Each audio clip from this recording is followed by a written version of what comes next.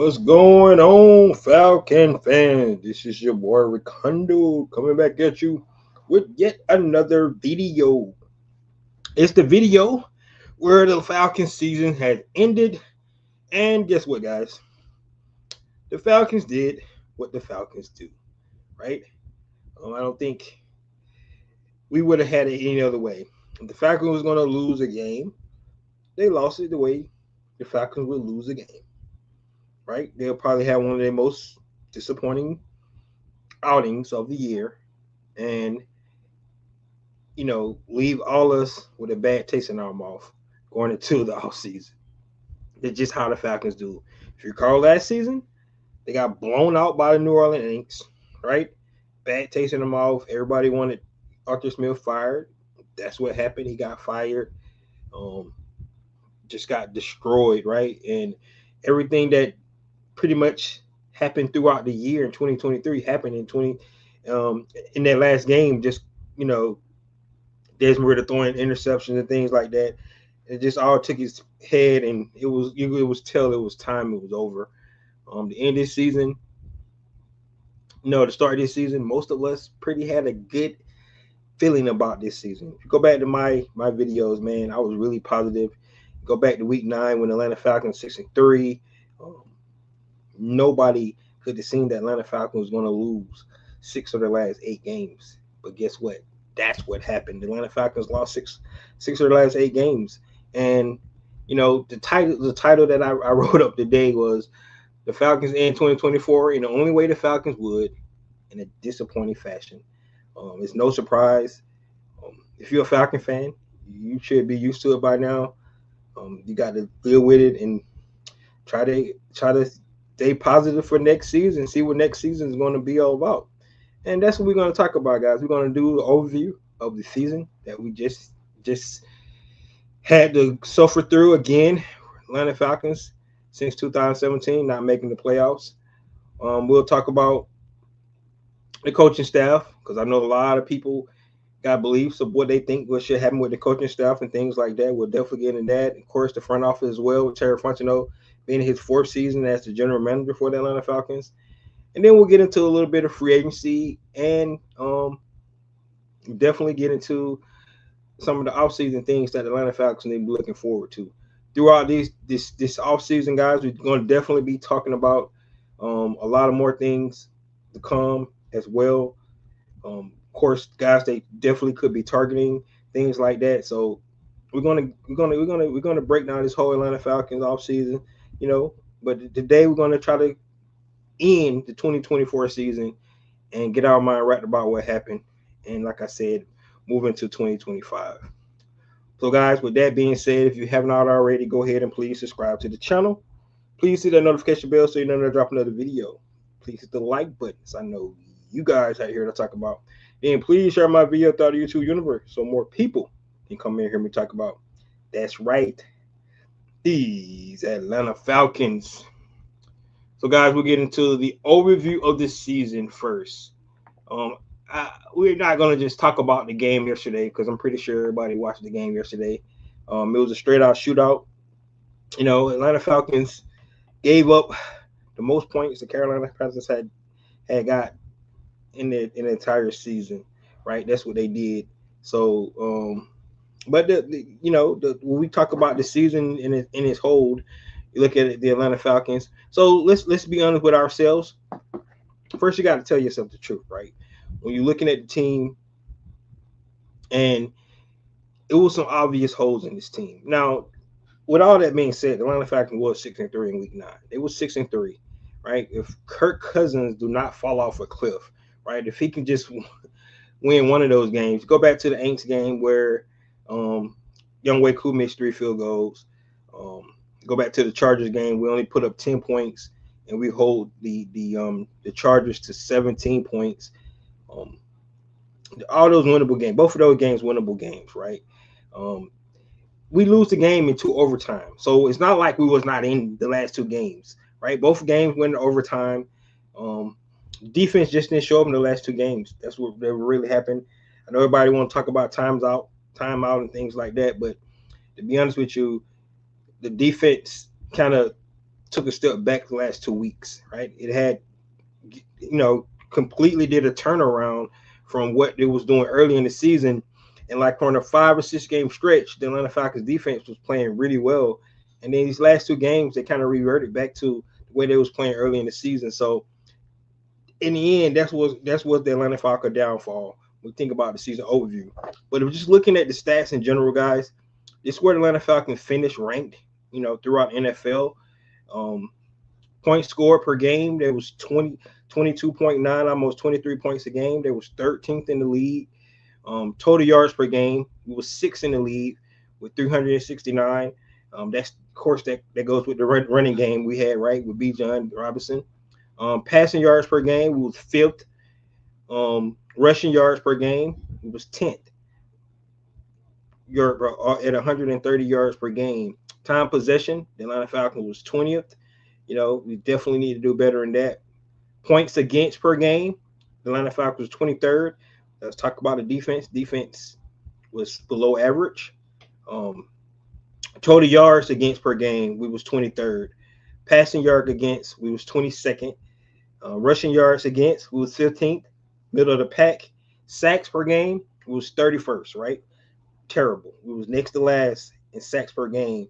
The interception was middle of the pack, we was 17 in the season. So if you're looking at those stats, Atlanta Falcons is not a good team. It's pretty much an average team, right? Even though we were 6-3.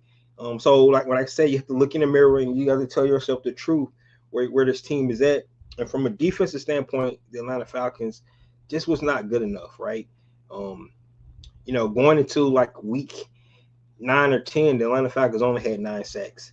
To end up with 31 sacks, it's pretty impressive, to say the least, when you only had 9 going into like week 11. So they really picked it up. Like I said, they started to turn it around from a defensive standpoint. You thought they had finally found their stride, but then those last 2 games, it just did not show up again, right? The Commanders game against Jaden Daniels just was not good enough. And then you look at what happened with Bryce Young. Like I said, I don't understand the schemes they were playing against Bryce Young.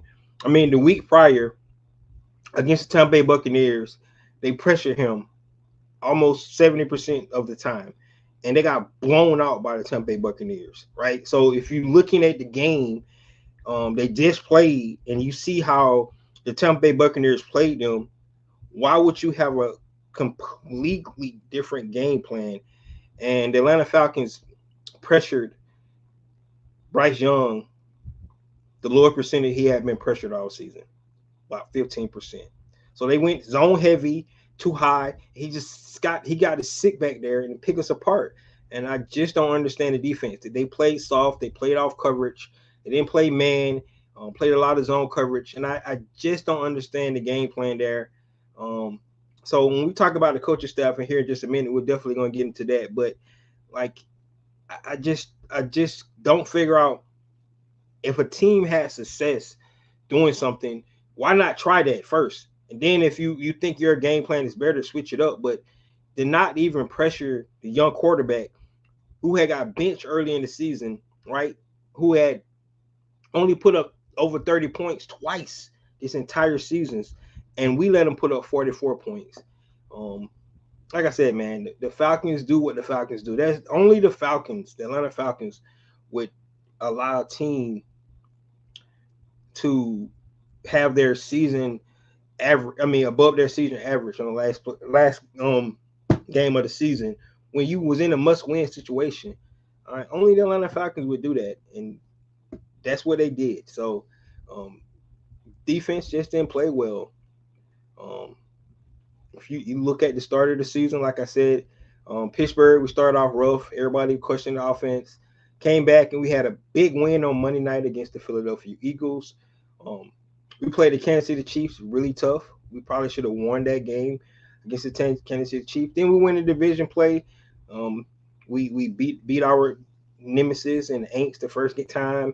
We beat the Bucks twice. We beat the Panthers, right? We looking good, guys. We're really feeling ourselves.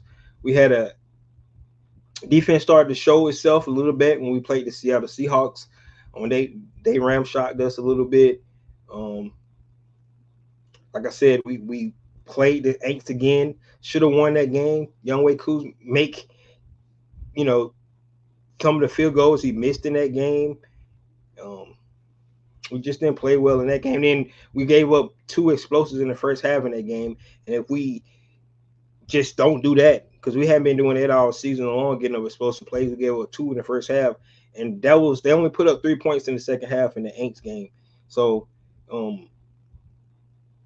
just look at up and down, up and down, up and down.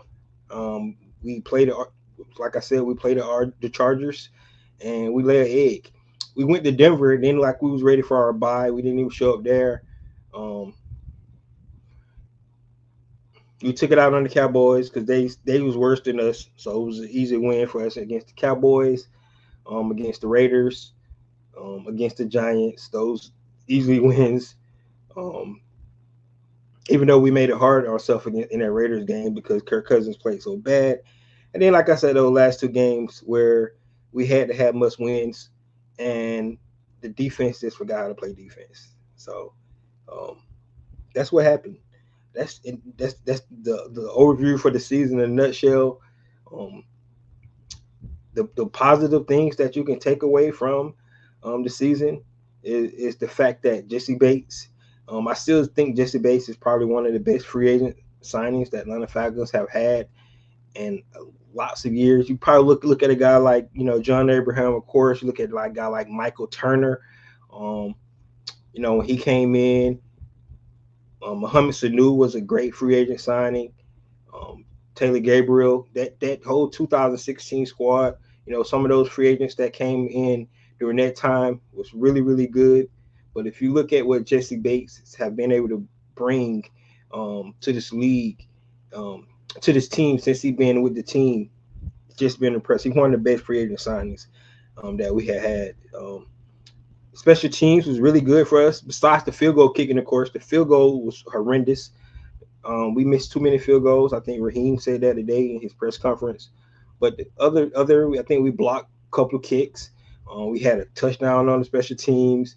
We blocked the field goal. I mean, we really did a great job on special teams this year. We got to fix our return game. Return game was like non-existent really for us. So that's gonna probably be something they're gonna look at when we talk about off season. We'll definitely talk about that. AJ Terrell, which pretty much is something that was not talked about a lot, but AJ Terrell had a really, really good season. You look at the game he has against Terry McLaurin in Washington. Terry McLaurin had 1 reception that game. He was actually following their best receivers on a lot of teams. Of course, now he got burned a couple times. That's going to happen in the cornerback play. But for the most part, AJ Terrell had a really good season as well. Caden Ellis, man. Caden Ellis is the only player in the league with 120 plus tackles and 5 sacks on defense, right? Guess what? He didn't make the Pro Bowl. So, but that's another bright spot. So we have pieces that you can look at when you want to be optimistic about this team on the defensive side of the ball. The offensive side of the ball, man, it goes without saying, right? I'm gonna go ahead and steal the name from the Cowboys. We talk about the triplets. We talk about Michael Penix, Bijan, and Drake. Both of those guys had career days yesterday. Of course, Drake Penix just in his 3rd game, of course, but 312 passing yards, 2 passing TDs, a rushing TD himself. Bijan 170 yards on the ground, 2 touchdowns. I think that's like his fourth to third multiple 2 touchdown games for Bijan. He was only behind King Henry and Saquon Barkley with 1,756 total yards. Just a dominant performance from Bijan Robinson. Drake London had a career day, 10 catches, 187 yards, 9 touchdown catches. Guy just was outstanding this year. I think the Atlanta Falcons have found the number 1 guy. Darnell Mooney almost had 1,000 yards himself. He was 8 yards away. Of course, he was inactive. Definitely would have got that that 1,000 yard if he would have played yesterday, and maybe if he played, the Atlanta Falcons win that game, because I think he is a good number 2 for us. So offensive line goes without saying, one of the best offensive lines, especially when you come to run the ball. I think they did hold up pretty well in pass protection as well. So those are the bright spots you want to look at from the team overview. Michael Penix, yes, he is the guy. I think if he stays healthy, he's going to be our franchise quarterback. I think the Atlanta Falcons didn't have to wait long as a lot of other elite teams have to wait to find their guy.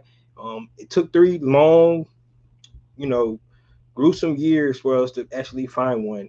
But the Atlanta Falcons, shocking the draft world last year when they're picked Michael Penix at the number 8th overall pick, and it turned out to be one of the smartest moves that they had to make.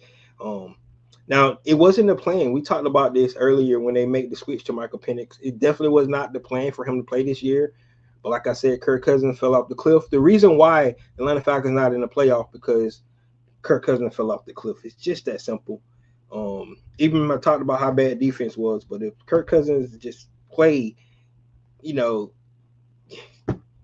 consistent football, and just don't be as bad as he was, the Atlanta Falcons would have been in the Super Bowl. It's just that simple. If you think about it, that's what really would have happened. So, but looking at our offensive line, looking at our pieces we got from an offensive standpoint, I think the sky's the limit for those guys. These are just going to get better. The chemistry between Michael Penix and his targets is definitely going to get better. Now, for some reason, for whatsoever, Zach Robinson is not featuring Kyle Pitts. I don't know what that means for his future here with the Atlanta Falcons.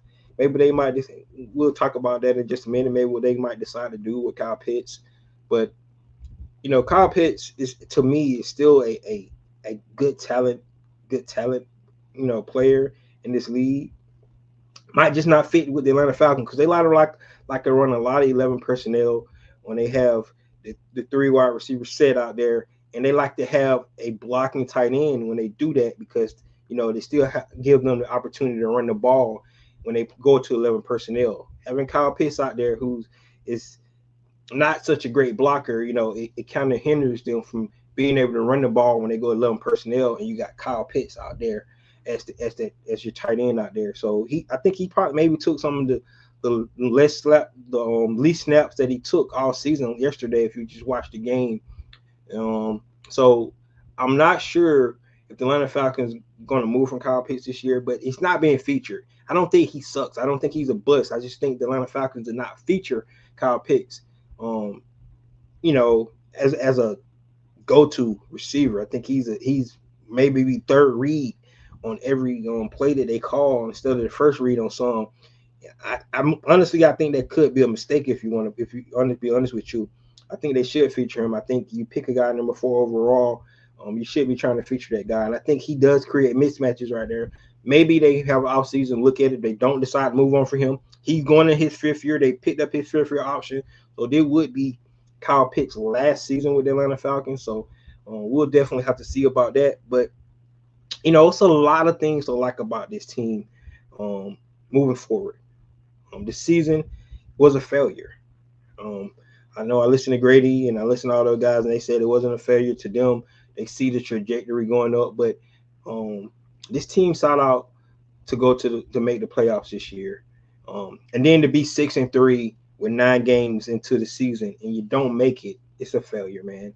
You lose 6 of your last 8 games, you failed. It's just that simple.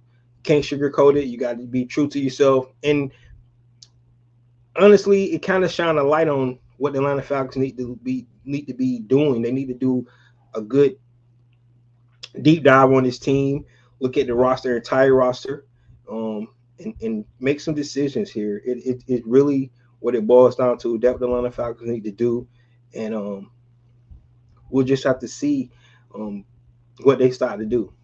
So I see Eddie's in my chat. He don't hit up a lot of comments here. We're going to look at some of these comments where I can disagree with him probably on majority of them. So, of course, guys, he want to brag about the first thing I know he want to brag about because he said the Atlanta Falcons is going to go 8-9. You got lucky, bro. It got 80. He went 8-9 because Kirk Cousins fell off a cliff. Let's just be honest about it. So, congratulations, you was right. We missed the playoffs. We went 8-9. That's why. That's why I ain't talking to you. So, where's your money? You didn't bet me. Um, most were garbage time stats. I don't know what you're talking about, garbage time stats. We had no garbage time stats because the Atlanta Falcons never blow out a team and was putting up garbage time. We was never like down so much that we had to come back. So none of our stats was garbage time stats. None of them. Every game we had 12 games. We had 12 one-score games. Out of 17 games, we had 12 one-score games. So the Atlanta Falcons never had garbage stats. Every game we was in, for the most part, the games we wasn't in, Seattle game, the Denver game, those are games we got blown out. The Minnesota game was another one. But for most part, most of the games we was in was freaking one-score games. We had 12 one-score games this season. So no garbage time stats. See, already starting off to the wrong stat. It's America's teams to you. Nah, we beat the brakes out of the Cowboys. Kickers are horrible across the league, NFL this year, period. Yeah, but our kickers lost us some games. It's just that simple. Our kickers lost us a couple of games, man. If our kicker make that 54-yard field goal in Washington, 54 yards should be routine nowadays, but he couldn't make it, man. That was just terrible. It's not about the stats all the time. No, it's not about the stats all the time. You have to watch the game. You watch the game, but you go to the box score to kind of get an idea about stats. And when you go to box score, what I look at, because since you want to talk about it, when you talk about stats, what I look at when you say it's not about stats all the time, you look at time possession, which is really, really important. You look at the turnover margin, which is really, really important. You look at stats. You look at if you run the ball, and if you look at the yards per carry, if you averaging less than 4 yards a carry, you're probably not having a good running game. So stats does matter when you're especially looking at the box score and trying to kind of figure out what the game. If you didn't watch the game, it always comes down to situation of football anyway. Third downs, red zones, in the game situations, in the half situations for football anyway. But for the most part, you can look at the box score. You can get an idea on what you're kind of looking at. Like we talked about the time possession. If you only had 6 possessions in a whole game because the other team hold the ball majority of the game, that means you had to capitalize on all 6 drives that you had, or you probably lost the game. So stats does matter. It's not end all be all because you have to think about certain points in the game, certain plays in the game, but you can look at the box score and kind of get an idea of what the game's on. Right, if a guy turned the ball over 4 times in a game, that means you're -4 turnover margin. You probably lost the game, and it's rare that you don't do that. Jaden Daniels did it. They had 5 turnovers and they beat the Eagles in the game. But if you watch the game, Jalen Hurts went out, right? So, like I said, you have to watch the game sometimes. Jalen Hurts did not play. He got injured. He left that game. I would say if he played in that game, maybe the Commanders don't win, right? And after they had 5 turnovers. So that's not end all be all, but they can tell you a story. They can really tell you a story. Keyword healthy, meaning Atlanta must keep good offensive line intact. Yeah, we're gonna talk about that in just a minute. We got a big free agent in one offensive lineman. So we're gonna talk about the free agency in just a minute. So you're right. That is another thing that make it more disappointing about this team because the Atlanta Falcons, especially from an offensive standpoint, pretty much stayed healthy throughout the entire season. We had some injuries on defense, but not to none of our key guys. So it was a healthy season for Atlanta Falcons too, which is sometimes you get unfortunate in cases like that. You look at after our Super Bowl season, our entire middle of the defense, our middle linebacker, Deion Jones, Ken O'Neal, and our safety all got hurt going into that next season. So it can derail you quick with injuries. So you are right about healthy. And to be honest with you, we was probably one. That's what make it even more disappointing. We was really healthy this year. We had a couple of guys going IR, but not really key contributors. Want to look at a guy like Troy Anderson. I think he could have definitely helped. His speed from sideline to sideline, especially against guy like Jaden Daniels. Maybe, but other than that, man, we just did not get it done. Um, that coaching tree never features tight end. They will game plan for the tight end from time to time, and I agree with you 100% with that. They just don't. You look at Higbee with the Rams. You look at Hawkinson with the the Vikings. You're right. They do not feature. So now Kyle Shanahan does. He figured Kittle a lot, right? So I think like I said, you can have Kyle Pitts be number one read on some routes, man. Especially he got mismatches, man. You put a small corner on Kyle Pitts, it's a mismatch. Put a linebacker on, probably mismatch. So you got to take your opportunities, even if he's not the first read. And like I said, that could come with chemistry with Michael Penix, just filling that out. You looking, at the play, where the play designed to go, but you be like, but Kyle got a mismatch, so I'm going there because I think he should be able to beat this guy. Now Kyle got to beat this guy, but that's what you got to be able to do. He says, but Pitts got to make himself relevant in emotion. Yes, and that's what I just said. He got to be able to do the things he want to do. So, I agree with that. Brian Flores, Ben Johnson, here we come. You talking about they're not the Falcons are not firing their head coach. We'll talk about that in just a minute. And then you said, okay. All right, so let's get into the next comment, guys. So just to wrap up the season in general, guys.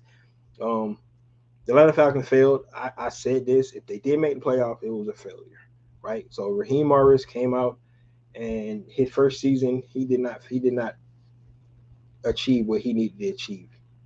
For us as a fan base, for the owner, for his status of being a head coach in this NFL, he failed. He just did, right? Now, it's a team game. Like I said, if you look at quarterback play, people can argue that he waited too long to pull Kirk Cousins.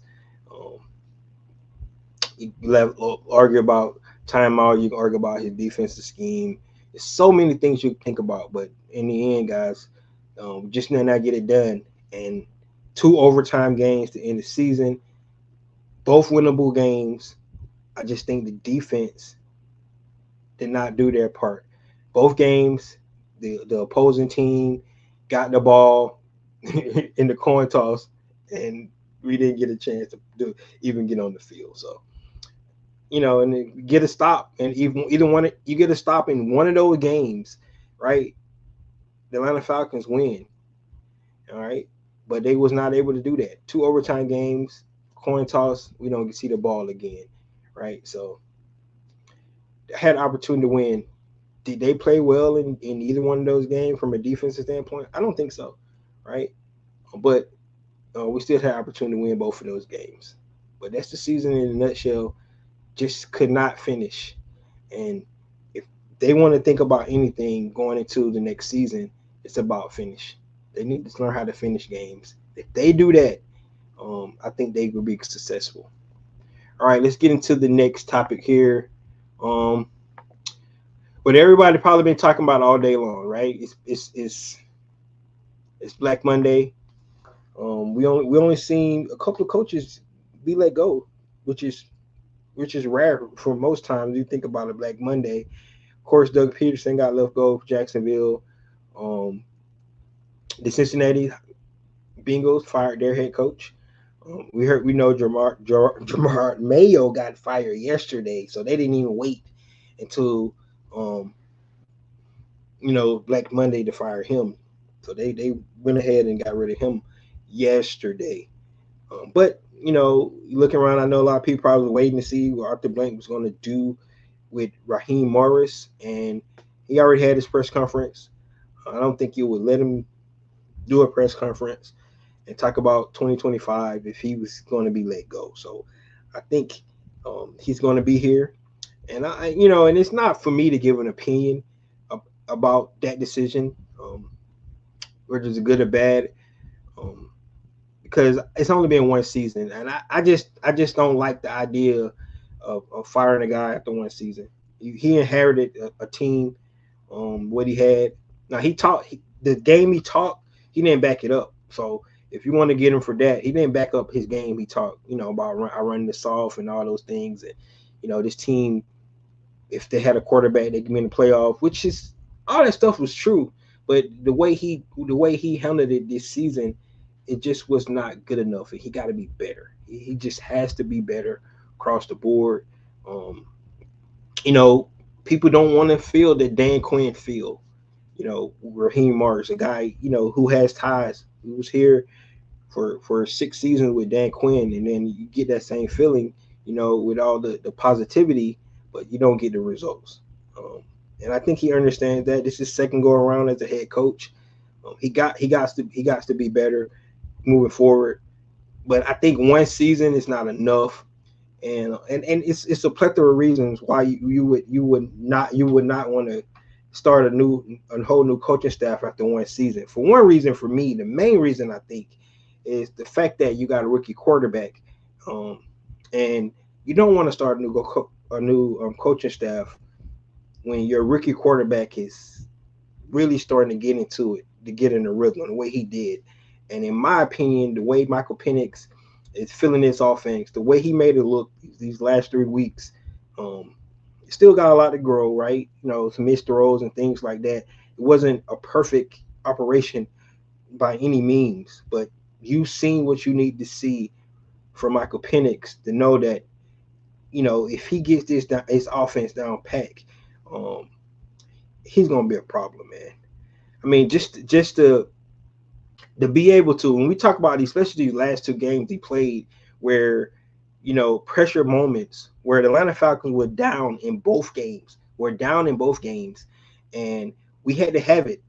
And you look at the down and distance on both of the touchdowns, he had to have it.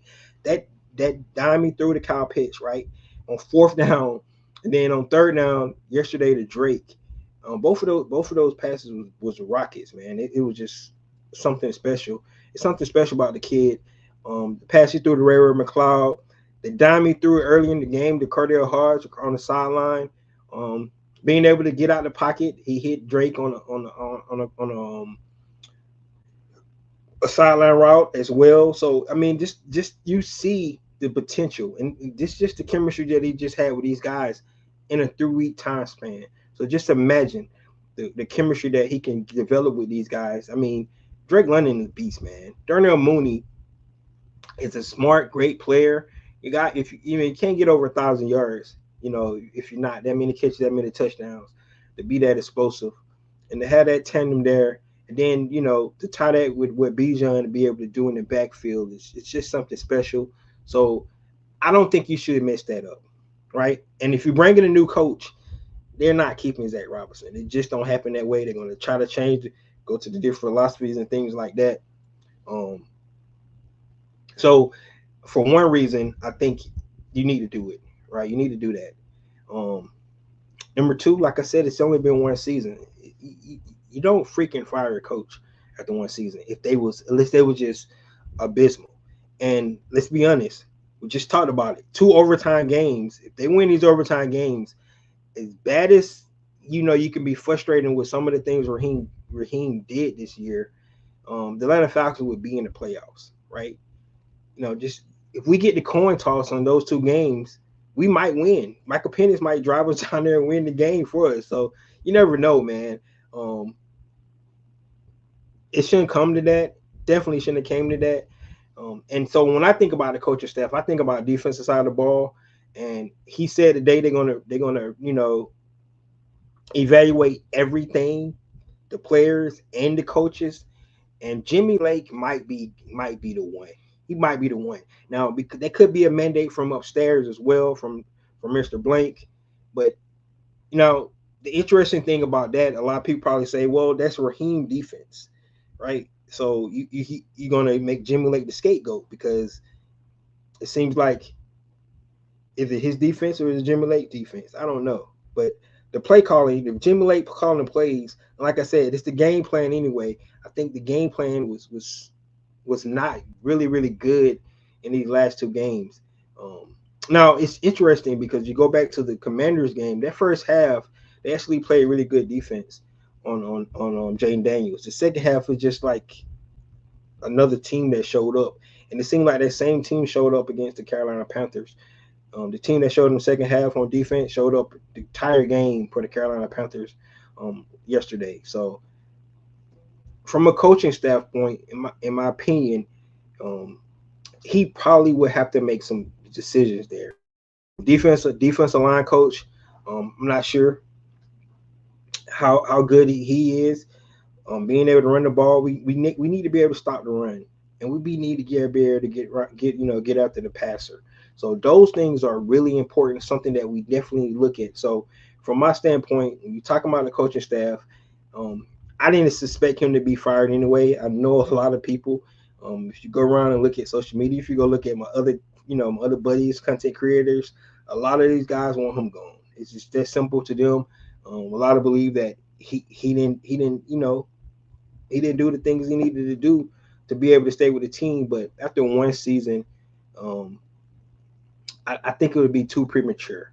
Um, like I said, coin toss here, coin toss there, coin toss in the last two games. We get the ball first. We could be talking about a different thing here.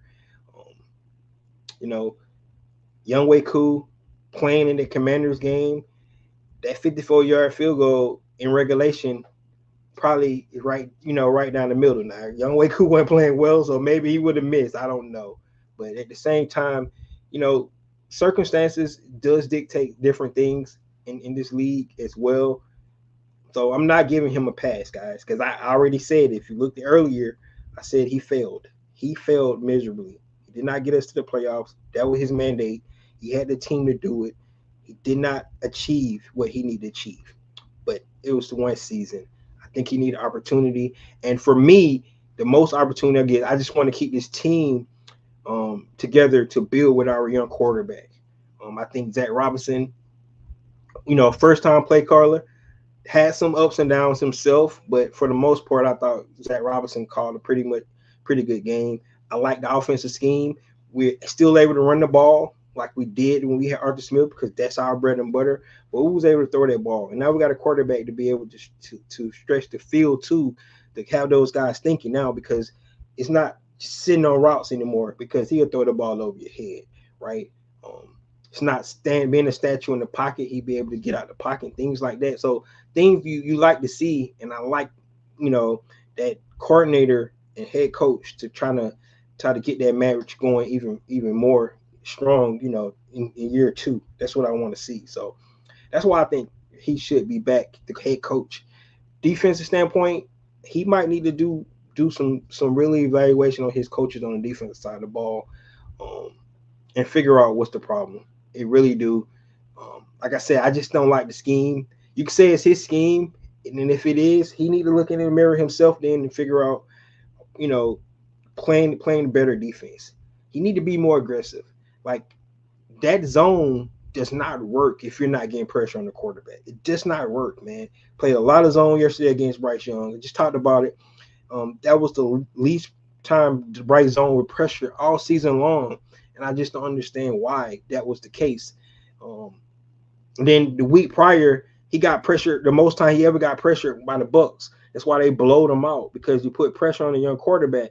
A lot of times, they're gonna not be able to get through the reads and not being accurate with the ball, and you get them off their spot, right? You don't have to sack people all the time. You get pressure. You need to be more aggressive. So I don't like the non-aggressiveness from Raheem Morris. And if that's the scheme he's going to play, he's not going to last long anyway. Got to change it up, man.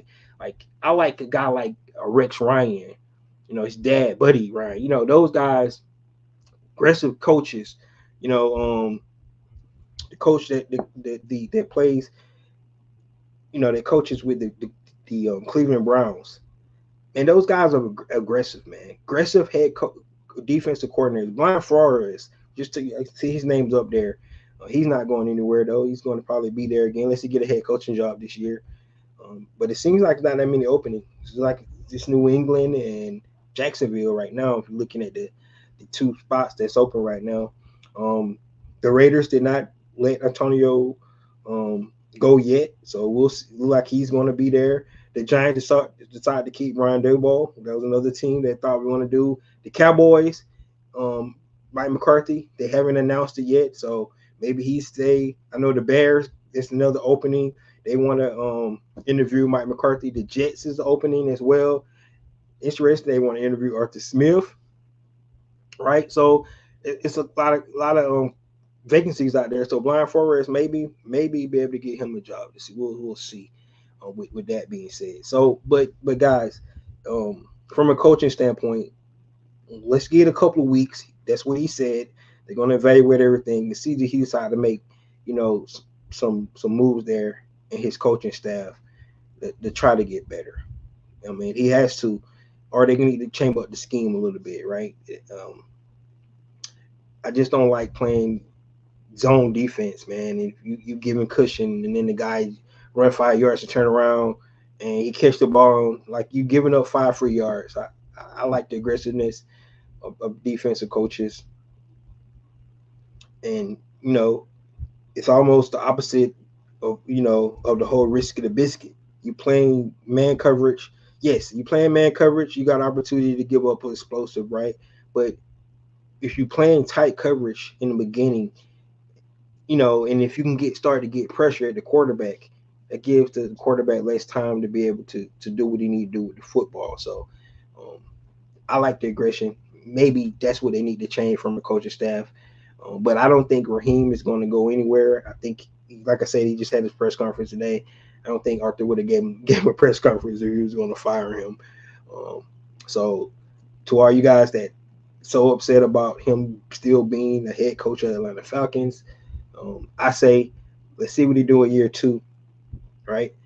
It's no more honeymoon period. I guess it wasn't a honeymoon period the first season because everybody felt like he failed and they already ready to see him out the door. But at the same time, let's see what he do in year 2, right? Let's see, right? He did have a first-time offensive coordinator, first-time defense coordinator. So let's see what he's able to bring to the table this year. Let's see what changes he's able to make. And that also goes with Terry Fontenot as well. Now, Terry Fontenot is a little different situation because he's going in the 4th season as a general manager. And the Atlanta Falcons have not made the playoffs in those 4 seasons. So I think from a front office standpoint, personally, and everybody has their own opinion, I like Terry Fontenot. I like the moves he have made. I like the way he actually cleaned up our cap that we had. Now, screwed up again with the Kirk Cousins deal. We'll talk about him in just a minute as well. But screwed up the moment with the Kirk Cousins deal. There's no ifs, ands, or buts about that. That was bad. But from my standpoint, if you look at some of the moves that Terry Fontenot has made since he's been here, he really hits on first round picks, right? Kyle Pitts was standing, right? I can't say about Kyle. Kyle had a good first season, but other than that, it's not been what we wanted to see. But he hits on his first round picks, so let's start with that. Penix, Bijan, Drake, Kyle, somewhat, right? He hits on his first pitch. Second round picks, they're hit or miss. Matthew Bergeron, I think he's going to be a good player for us. Troy Anderson can't stay healthy. Ruka Rororo, the jury's still out on him. Richie Grant probably is going to be gone, at the end of the season. I don't think he'll be back. Of course, Tyler Algier is a home run, picking him in the 5th round.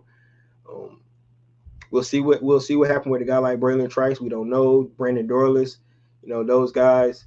Um, Now he had some misses. There's some guys that's not even with the team anymore that they drafted earlier. So he has a good track record with with his 1st round picks.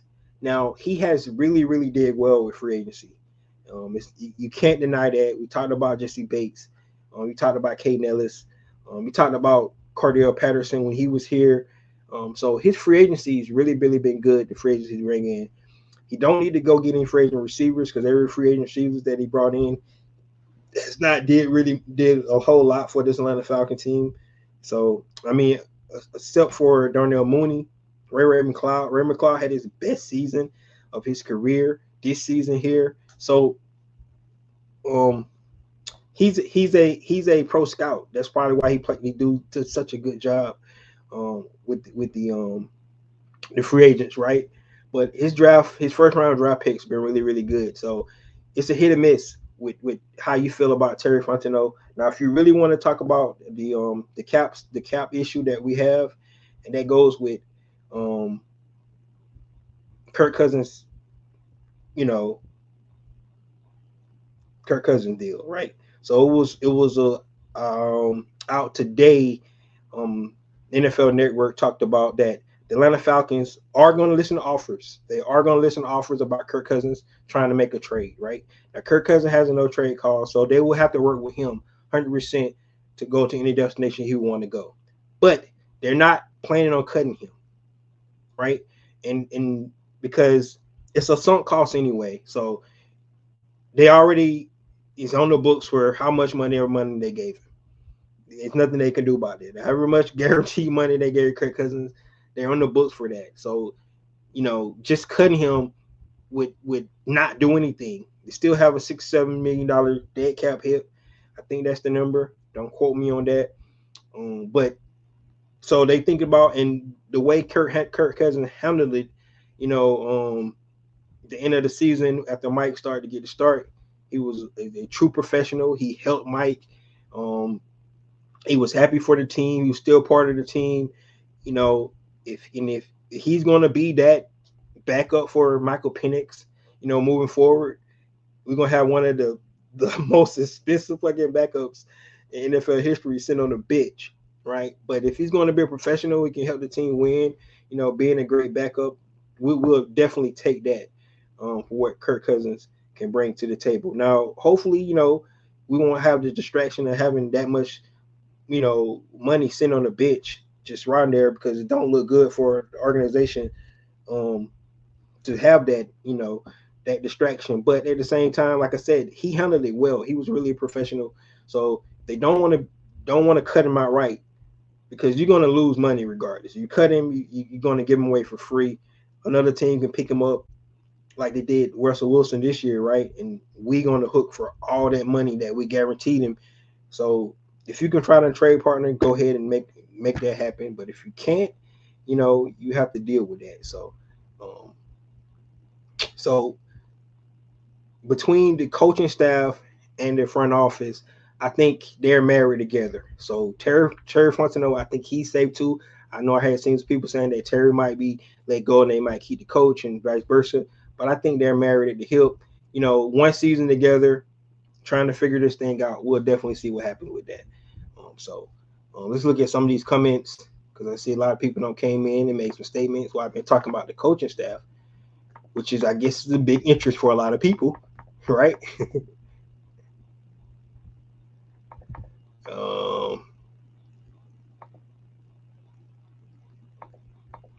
He said, Eddie says, since he didn't fire their head coach, no, they fired their defensive coordinator.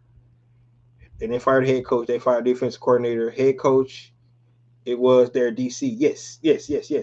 That's why I said they fired their DC. If I said head coach, I'm sorry about that. If there was a fans ran Mayo out of New England because they want Mike Vrabel there.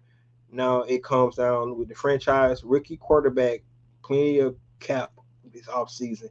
Yeah, man, they screwed Jared Mayo. They wanted Mike Vrabel. I agree with that. Now it's going to be interesting because, of course, they got the They can't just hire him outright. They got to go through the Rooney Rule to make sure they talk to minority coaches, which is going to be you know a sham because we already know they want to hire Mike Vrabel. So I don't know why they just won't let them do it because that's what they want to do. So so so I agree with you. They kind of railroaded Mayo. He had the same team Bill Belichick inherited with rookie quarterback, and now they have a lot of cap space to go in, and they're going to bring Mike Vrabel in. Probably going to have an opportunity to turn the team around because they're going to be able to make the roster better. So I agree with you. We'll definitely bull crap on Jared Mayo. Wallace, what's going on, Wallace? I ain't heard from you in a long time. What's good, Ricondo? I don't see no firing Raheem, but Jimmy Lake is probably going to be fired, demoted to a position coach. I agree with you. That's what I just talked about. He got to look at some things. Um, Steve Wilkes came to one of their practices, and he's still out there. Maybe bring a guy like Steve Wilkes in and be able to help. I love what he was able to do with the Carolina Panthers a year before. Turned that team around for them, and they didn't even give him an opportunity, to be their coach. But Steve Wilkes is a guy that's out there that I was thinking about. If you want to get really radical, if Rex Ryan does not get a head coaching job here with the Jets or anything like that, see, can you bring him in? Like I said, man, I want some aggressiveness. You need to get kind of radical here, Raheem, and see what you'll be able to do. What's up, 3 Dirty? Uh, Marine is on the 2-year plan. Yeah, I agree. Like I said, they got to give him another year to see what he made of, man. Um, see what he's able to do. Wallace also says they played too much zone defense and had cornerbacks playing. Yeah, it was terrible, terrible, terrible play calling yesterday. Like I said, and Raheem was part of that, man. And now let's be honest. Let's be honest. When they come up with a defensive scheme, it's supposed to be played a certain way, right?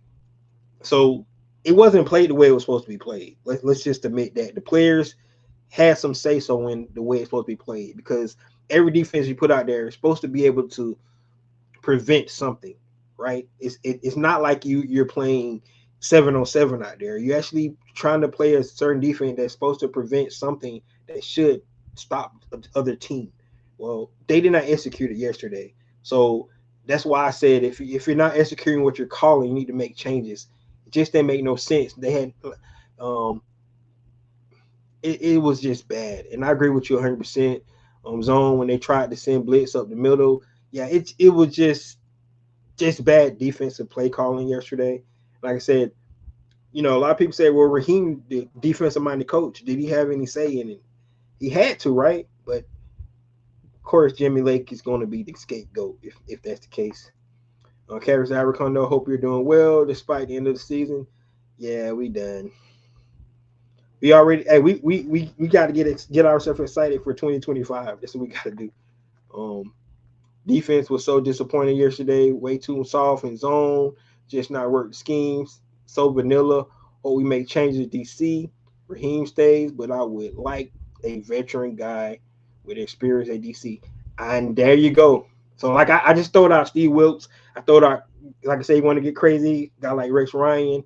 We know he's gonna be physical and aggressive. Go back and look at those Baltimore teams. Go back and look at those Jets teams when he was the head coach there. I mean, I think they need to go get radical, man. But we'll see what Raheem decided to do on the defensive side of the ball. He has to make some changes, man. He kept saying that changes always be made. So I just can't see him rolling back with the same coaching staff.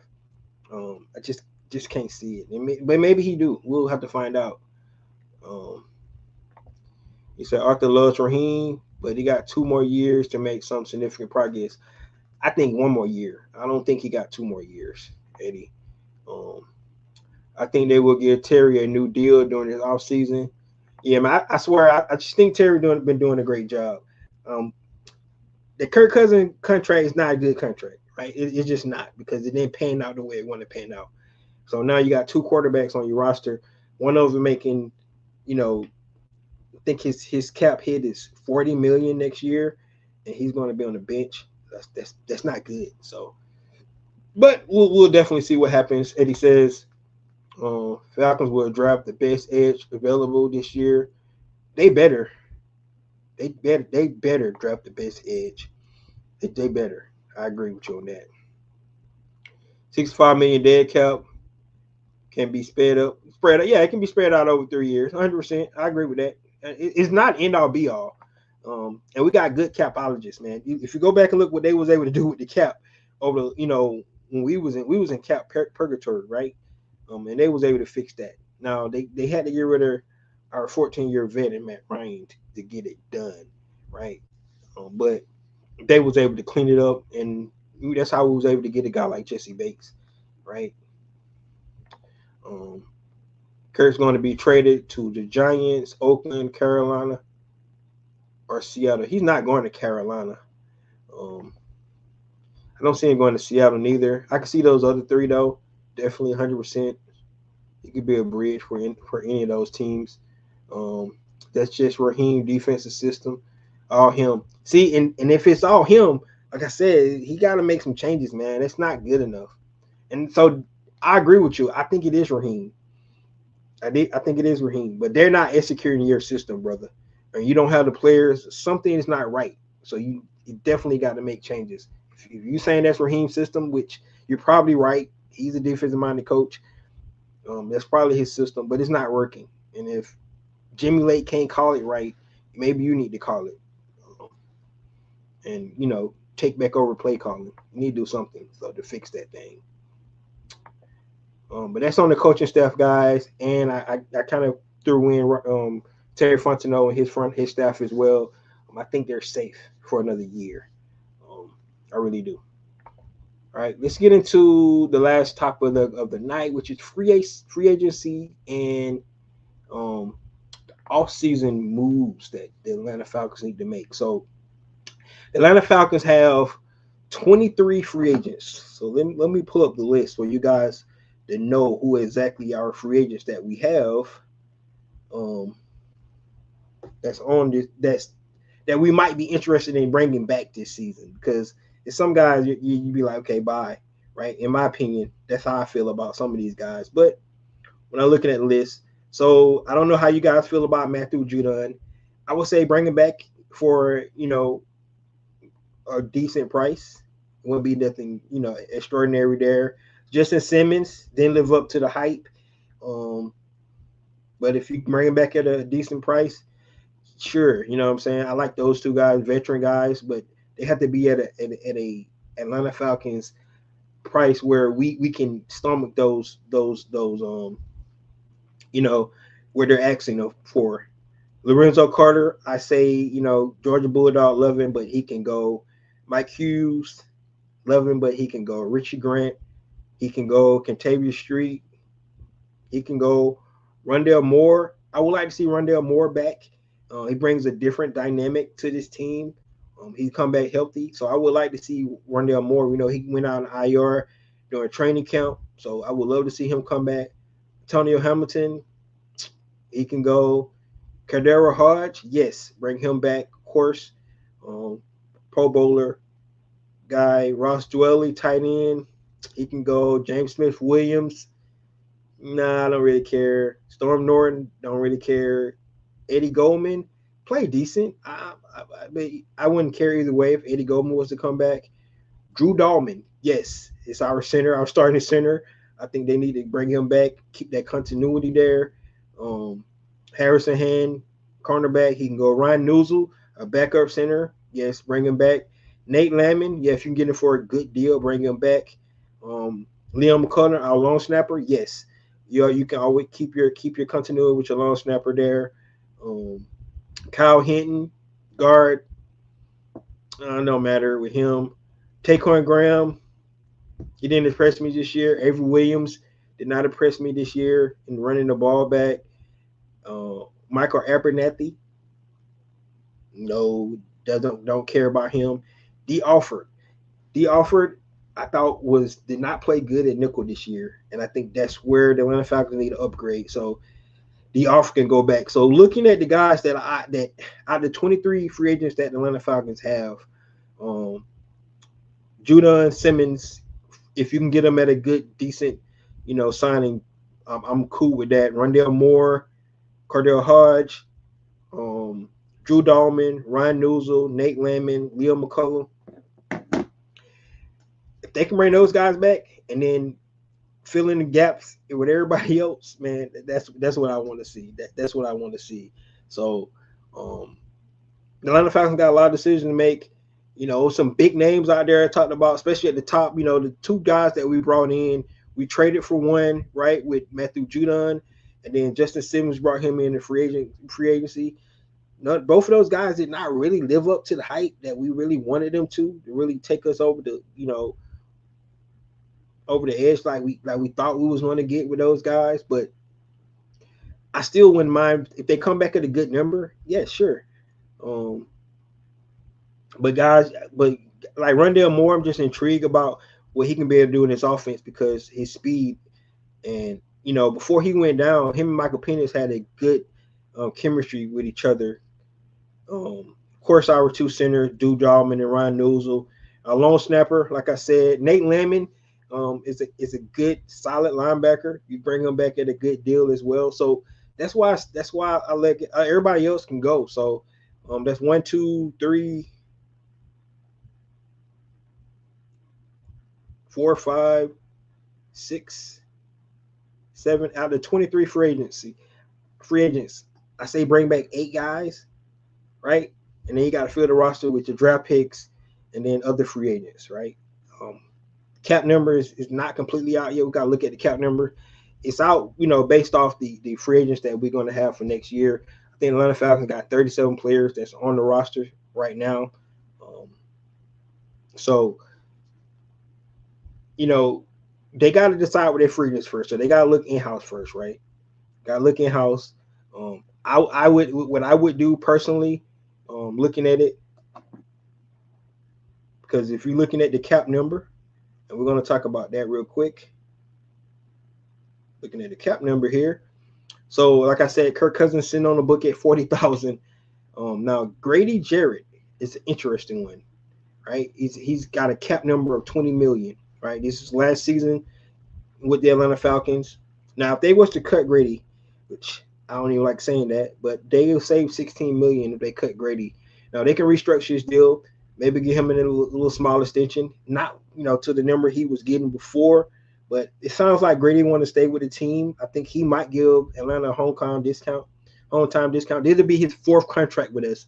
So they're taking care of Grady. If he want to be a Falcon for life, I think it's about time to give him a hometown discount. So they could, give him an extension, lower that cap number from 20 something, and see what they'd be able to do with it. If I were them, I'd definitely consider restructuring Chris Lindstrom and Jesse Bates deal to give more cap space. That's something they can do. David Amenyata is interesting. If they decide to do something with him, he's a guy that I thought he played decent this year, but if they was to cut him, they'll have $8 million on the book they bring back in. So that's going to be interesting to see about that.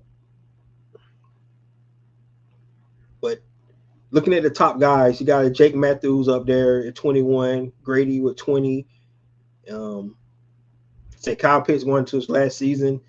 Looking at the cap number, so the Atlanta Falcons do have decisions to make when it comes to the offseason. They're going to look at their own roster first and see what they can be able to maneuver that cap. Having Kirk Cousins on the cap is going to make it tougher for the Atlanta Falcons to go out and get some really good free agents. So I'm going to interest that. One of the interesting things I talked about Kyle Pitts earlier is the fact that he wasn't utilized a whole lot this year. They did a lot of 11 personnel, and when they did 11, the tight end they had out there was Charlie Warner instead of Kyle Pitts because they still want to run the ball, which Charlie Warner is a better blocking tight end than Kyle Pitts. So it kind of limited him to being out there in 11 personnel because he's ineffective enough to block, for our running game because they want to run out 11 personnel just as much as they want to pass out of it, right? And that's the way you like it because when you go in 11 personnel, you put a nickel out there, you have a lot of boxes you can run in. So it's I like it. I like it a lot, being able to do that. The Rams did it a lot. Zach Robinson come from there, so that's why they utilized that 11 personnel so much. Um, but so Kyle Pitts, he could he possibly be a trade chip for the Atlanta Falcons and see can they get more draft capital or even trade for another player or something like that, maybe. Um, because I don't know if he fits what they're trying to do. Now maybe they want to change it up this year and feature him more, in 2025. Yes, but if they're not going to use him to, that fourth overall pick, um, potential that we thought he had, and feature him more in the passing game, it's just a waste. So, and then if you're not going to pay him, he's in his 5th year. You got him on his 5th year option. If you're not planning on getting him a contract extension, yes, you definitely need to go ahead and make a decision what you want to do with Kyle Pitts. So that's going to be interesting to see where they move forward with that. Um, the AJ Terrell, they just gave him his contract extension, so they can actually restructure his deal to create more cap space too. So Atlanta Falcons do have means to be able to, to add cap to this roster to be able to go out and make some deals in the free agency. Um, my dream for the Atlanta Falcons this year probably never would ever come true is to try to get Myles Garrett, right, former defensive player of the year, once out of Cleveland, you know, make a trade for him. I would even give up my first round pick for Myles Garrett. That's what I would do. So, so when you think about offseason move, guys, that's where where the Atlanta Falcons at. Um, I'm really interested to see what you guys think about it. I'm going to do a whole show later on about potential guys that the Atlanta Falcons will be targeted and things like that. Um, we'll get a little bit more into the some of the players on the team and what they was able to contribute, and we'll break down that as well in this off season. So we got a lot to talk about this off season, just like last off season. Unfortunately, the Atlanta Falcons not in the playoffs. Playoffs start this week. It would have been really nice for us to talk about this playoff game, the Atlanta Falcons hosting a team um, this weekend, but unfortunately, that's not the case. We was not able to get it done, and all we had to do was win the last 2 games, which, mind you, both games went into overtime, right? So that's just something interesting to look at. Let's look at get some of these last comments here before I get out of here.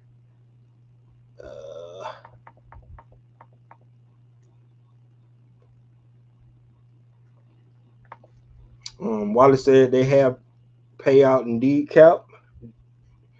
cap money players for at least 2 years now, and not over 3 years. Yes, you're correct. Carolina had interest in Bryce. It's still work in progress. We're not trading Kirk Cousins to a division opponent. I don't want to do that. But I mean, we are the way he played for us. Maybe we do. He's gonna be a statue in the pocket. We need an edge rusher, a true strong safety. Justice Sidman is a free safety like Bates. I think you're right. I think you're right about that. I think he's more of a free safety. He did seem like a fish out of water a lot this season. Like he was kind of lost. So you have a great point on that. Um, did you see the day the Falcons reporter said that Judon declined to speak to the media today and declined to respond if he would like to play the Atlanta next season? Thought I'd like him back for a vet, man, but sounds like he doesn't want to be back. Well, I guess that answered the question about Matthew Judon then. It wouldn't hurt me either way, man. He didn't live up to the hype, so who cares? If he want to come back, good. If he don't, oh well. It's not like he was lights out for us. So I don't think we'll be missing anything. Honestly, interested to see what Braden Trice is going to be able to do for us. Um, coming back off his injury, we'll need an all-star edge rusher, someone who really brings the noise. Like I said, man, my dream is to go get a Myles Garrett. If he went out of Cleveland, Atlanta, go see can you make that deal with Cleveland. If Juno wants to come back and agree to a team-friendly deal, then yes, exactly. That's what I said. Yeah, I agree with you 100%. You want to come back? We need to change the defense to a 4-3. The defense actually was a 4-3.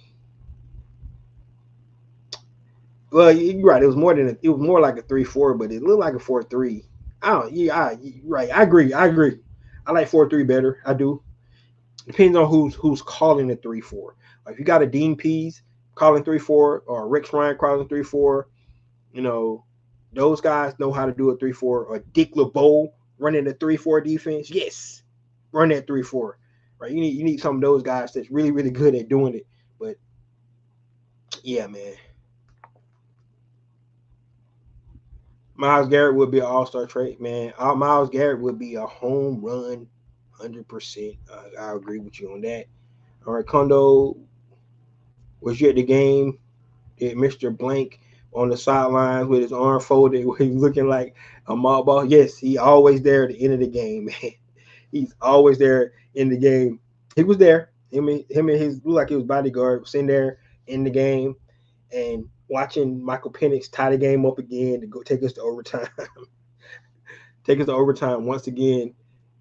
2 weeks in a row, man. Michael Penix throwing a dime to get us in, to get us in. Actually, I think was it Bijan? Bijan, I think Bijan tied the game up, the tie up to go to overtime with the run. But Michael Penix tied it up right before that, and then of course our defense let the Panthers go back down and score another touchdown. So it was really disappointing yesterday. Um, CBA agreement states dead cap can be paid up to 4 years based on certain time, i.e., Kirk only had 1 year of his 4-year deal, so Atlanta can request an additional year. Cool. Yeah, if they can cut him, then spread it out. But we don't want to cut him. We want to trade him. We need some assets, man. So if we can trade him, I mean, he still want to play. You want to be able to get you to go to a team you want to go to, right? We want to get something back, right? You can do that. That's that favor instead of cutting you out right out. So, but teams going to, probably do the Falcons bluff and see if they're going to really actually keep Kirk Cousins on the team, past the new league year, or are they going to cut him? Because I think if he stays on, I think we're on 10 mil. So if he stays on, I think past the new league year, I think we owe him $10 million. So they're going to probably call the Falcon bluff and see if they're willing to actually keep him on the roster, pay him that extra $10 million, or we're going to cut him. More than likely, we're going to definitely try to trade him before that time frame. Hopefully, we can get it done. If not, man, keep him on the roster. Like I said, the most expensive backup probably ever. I have to go look at that number, but we'll have to see. But guys, there you have it. There you have it. We got a lot to look for in 2025. Getting ready for the off season. But right now NFL is still going on. We're definitely going to enjoy these playoffs, and this is what season 8 for us, not being in the playoffs. 7 seasons that we missed out. So another season down the dust, man. A wasted season. That's all I can say. But I like the brightness of the future. I think we found our franchise quarterback. We got a generational player in Bijan Robinson, man. We got a bona fide number one in Drake London. We just need to fix the defense, man. If we can do that, the offensive line stays intact, fix the defense. I think the Atlanta Falcons have a lot of opportunity to be really special this year or next year. I'm not getting all on my high horse this time because I did that last year, and look where we're at. Look where we're at, guys. We was let down once again. Because I definitely want to let me know what you think about the topics I talked about today. What you think about the season in its entirety? Do you agree with me that it was a complete failure for Raheem Morris first season? Do you believe that that Raheem is going to decide to make a defensive change at the coordinator position? What do you think he need to do as a whole to make some changes there? I know somebody mentioned going back to 4-3. What do he need to do to definitely to make this defense better? And then what you guys think they're going to do in free agency. Out of those 23 guys, who do you see them bringing back to fill out this 53-man roster? And we'll definitely talk about some free agents that's out there that's not on our team as well. But of course, the Atlanta Falcons, they look at their own guys first. They got 23 of those guys. They got to look at. And then last but not least, what you think they're going to do with a guy like Kirk Cousins, what they're going to do with his contract and things like that. So, guys, that's all I have it. That's all I have today. Thank you guys for tuning in. Like I said yesterday on my live at the game, right? I went to the game yesterday, did live. I am going to have a new segment out this year, and it's going to be everything sports. So I'm probably going to do that once a week moving forward. And I'm talking about all sports, guys. So get ready for that. Come in, give me your feedback. This is a Falcons channel. Do not get me wrong, but we're going to talk about all sports during this off season, and we're going to dive into other leagues, of course, around sports. We're going to talk about other teams that's not the Atlanta Falcons as well. It's going to be just for that show, though. So I will always have my dedicated Falcons show that I always do. But, I'm changing it up a little bit this year. We're going to talk about every sport because I love sports. I talk about all sports anyway. But I want to get you guys' opinion on that as well. So we're going to add that show into every week. Come out and let me know what you guys think about some of the other topics that's going around the league. I kind of talked about some of the days, the firing of coaches, Black Monday, guys like Tyreek Hill wanting out. Right, we can even go to NBA. You talk about a guy like Jimmy Butler wanting out of Miami. So it's a lot of topics we can talk about. So please be on the lookout for that.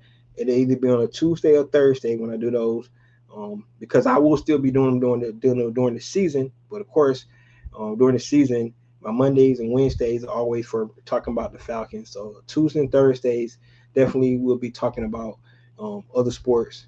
Please tune in to that as well. It's going to be on the same channel. I thought about creating another channel, but this is my channel, and I'm going to keep it that way. It is a Falcons channel, but we're definitely going to talk about other things too. So, guys, that's all I have. Please tune in to my next show, and it'll be there. Please hit your notification bell so you know when I get ready to post it. And please come and join me and give me your insight on all things sports. This is your boy Ricondo coming back at you with another video. Peace.